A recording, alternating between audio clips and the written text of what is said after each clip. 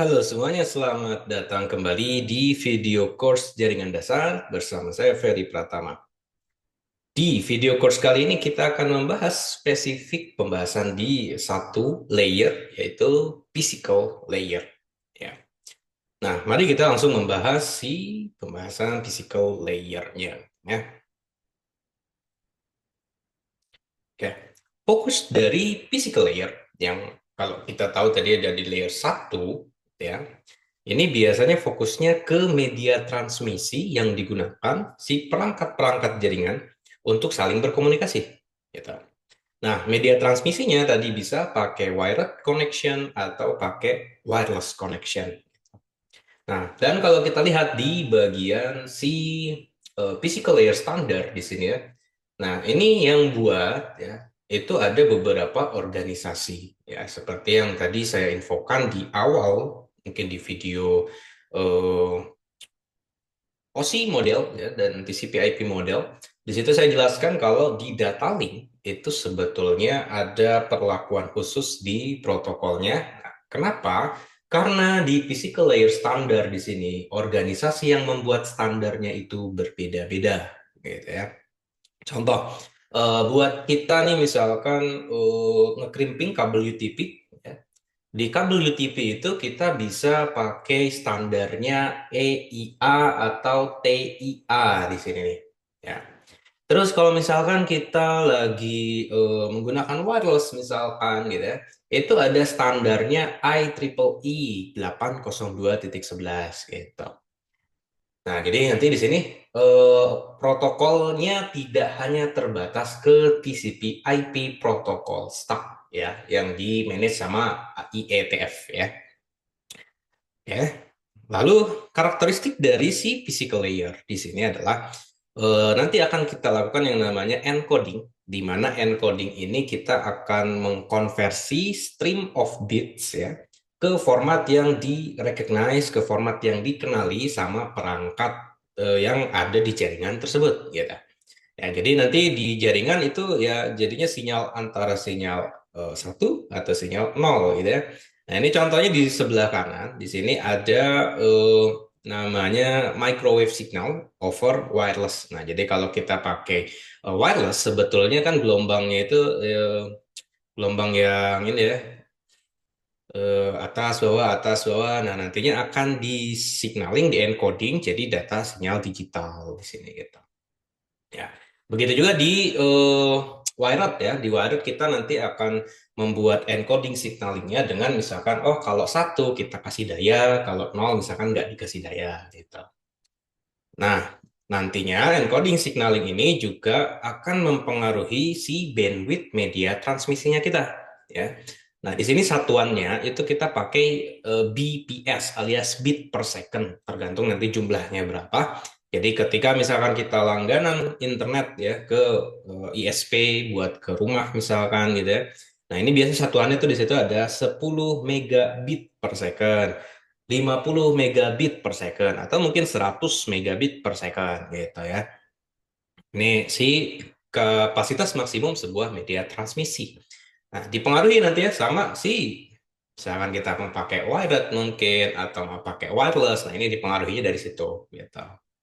Nah, spesifiknya kalau kita bahas si wired cabling ini sekarang jumlahnya ya, yang masih dipakai di LAN ya. Dan WAN juga ada pakai fiber optik biasanya di situ. Dan mungkin kita bahas dari copper dulu nih. Nah, copper cable ya, ini yang paling banyak dipakai ya karena dia ini tanda kutipnya murah ya, easy to install dan dia ini banyak orang yang bisa gitu.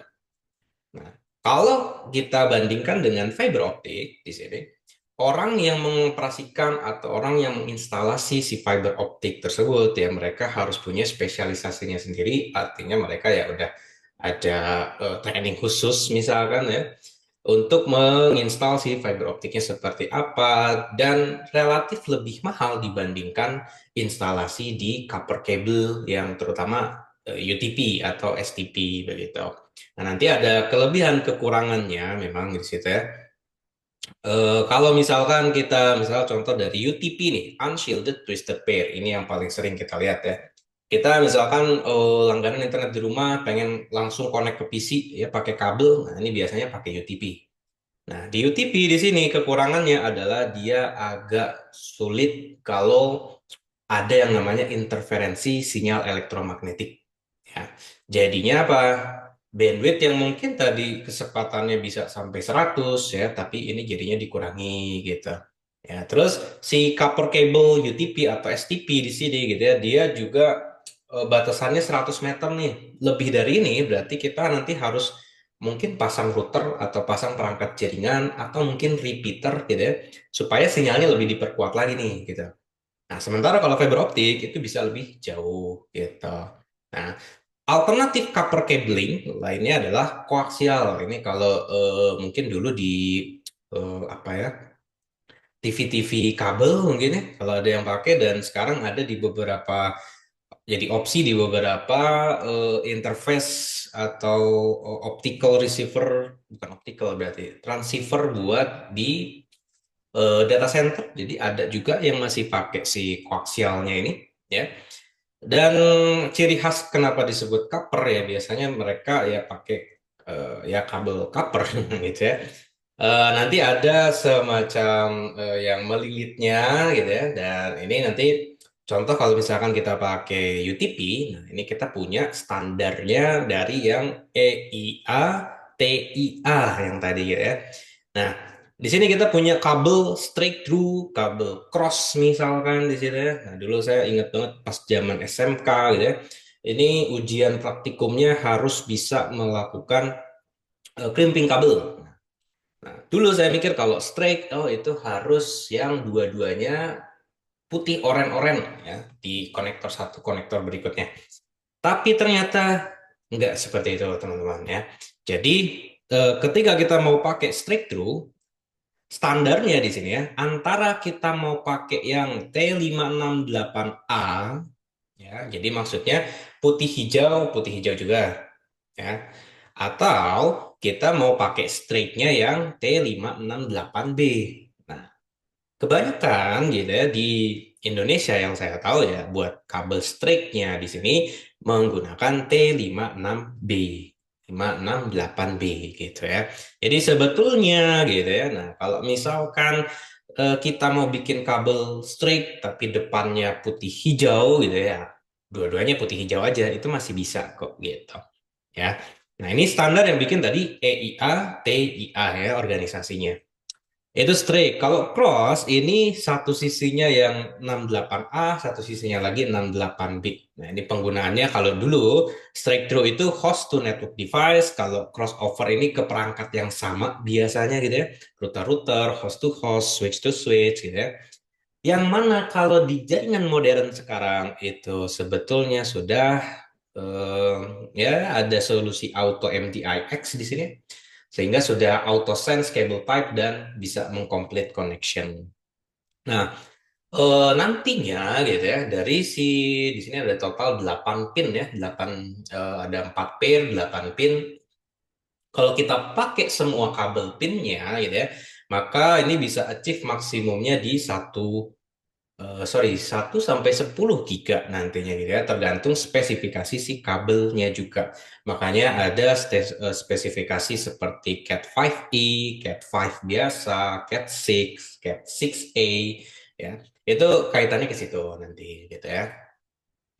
Nah, lalu ada pun opsi seperti fiber optik juga di sini ya buat si wirednya di mana kita bisa pakai yang single mode atau multi mode ya. Kalau single mode di sini produce single straight path for light, jadinya cuma satu doang di sini ya. Very small core, jadi yang bulutan di sininya kecil, tapinya dia menggunakan ya laser yang lebih ekspensif dan biasa dipakai buat long distance ya. Jadi kalau buat di misalkan data center gitu ya, yang lokasinya ya, misalkan router ke router dalam satu lokasi data center, router ke router dalam satu gedung misalkan ya, router ke switch pakai satu gedung yang sama ya. Ini mungkin lebih cocok pakai multi mode karena dia use less expensive gitu. Dia pakai larger core Dan LED-nya ini bisa transmit at different angle di sini. Up to 10 giga. Ya, jadi nanti bisa di NIC teaming atau mungkin mau di link aggregation biar bandwidth-nya bisa lebih besar lagi itu juga bisa. Tapi itu di pembahasan eh, ya materi yang lain ya.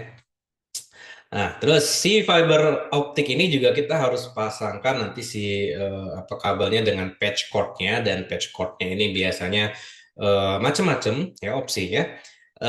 Yang saya ingin kenalkan di sini sebetulnya kalau mudahnya ya Yellow Jacket di sini ini yang single mode ya. Orange di sini buat multi mode ya. Sementara mungkin kalau kita di spesialisasi jaringan, kalau misalkan kita mengoperasikannya router dan switch ya, seenggaknya kita tahu inilah dulu gitu. Nah, nanti kalau kita instalasi ya biasanya memang ada orang lagi yang spesialisasi di fiber optik atau cablingnya nanti gitu ya. Nah, terus comparisonnya gimana? Nah, kalau misalkan kita pakai UTP atau tadi ada yang shielded STP ya, kita bisa achieve sampai 10 giga tadi, sementara kalau FO itu bisa sampai 100 giga dengan distance-nya yang sangat jauh nih FO, sampai 100.000 meter. Immunity to AMI dan RFI, RFI itu electromagnetic interference dan radio frequency interference ya. Kalau di fiber optik ini lebih immune terhadap interferensi. Jadi ada di kondisi-kondisi tertentu, di industri-industri tertentu, misalkan ya yang lokasi penempatan kabel, penempatan perangkat jaringannya di situ, yang mungkin ada semacam radiofrekuensi tambahan yang dipakai atau elektromagnetik yang lain yang bisa menyebabkan interferensi gitu ya. Nah, sehingga di kondisi-kondisi tersebut mungkin kita bisa menggunakan fiber optik gitu. Nah, tapi fiber optik di sini installation skills required ya itu lebih high ya. Terus safety precautionnya juga lumayan ya kalau yang nggak ngerti ya lumayan bahaya juga nih mainin FO gitu ya. Nah, cost-nya juga lebih besar. Jadi pertimbangannya nanti ke arah sana ya. Nah, mungkin itu menjadi penutup pembahasan video eh, physical layer ya di mana kita fokusnya ngomongin tadi ya gimana pakai kabelnya gitu ya kenapa tadi berpengaruh ke bit per second-nya gitu ya terus proses yang terjadi kan di sini tadi signaling encoding ya 0101 gitu ya dan nanti kita akan melanjutkan pembahasan di video berikutnya di layer kedua alias data link layer. Sekian video sekali ini ya, saya cukupkan. Terima kasih. Sampai jumpa di video berikutnya. Bye bye.